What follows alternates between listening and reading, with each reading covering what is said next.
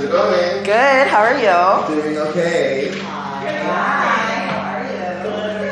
I'm doing alright.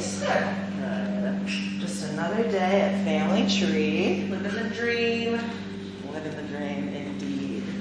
So, Ernie, can you tell us about your role at Family Tree today? Sure. I am the Prior Authorization Specialist, which just means when an insurance company wants some extra information from us about why we've prescribed something, I'm the guy who gets to tell them why we prescribed it. Oh, nice. Sounds like a very interesting job. It can be. So how long have you been in this role? So I've been in this role for just almost a year, but I've been at the clinic for 2 years. I started in January of 2020. And how's the experience been for you? I love working here. It's a very cool trans space. All of my coworkers are really rad. Love seeing your face every day. Thank you. Yeah. So tell me about being a prior authorization specialist. Sure. What is really hard about the job? Well, the thing with prior authorizations is that it's one of the gates between trans people and them getting their actual medication.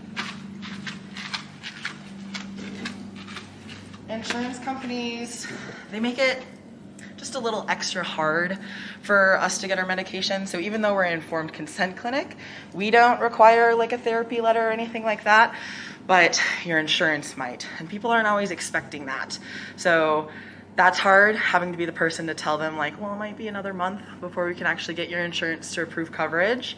Yeah, that's probably the hardest part. Yeah, seems like a struggle. Yeah. But what do you love about the job? I love working with trans people. I love being a trans person who gets to help other trans people get their needs met and access healthcare. It's really fun.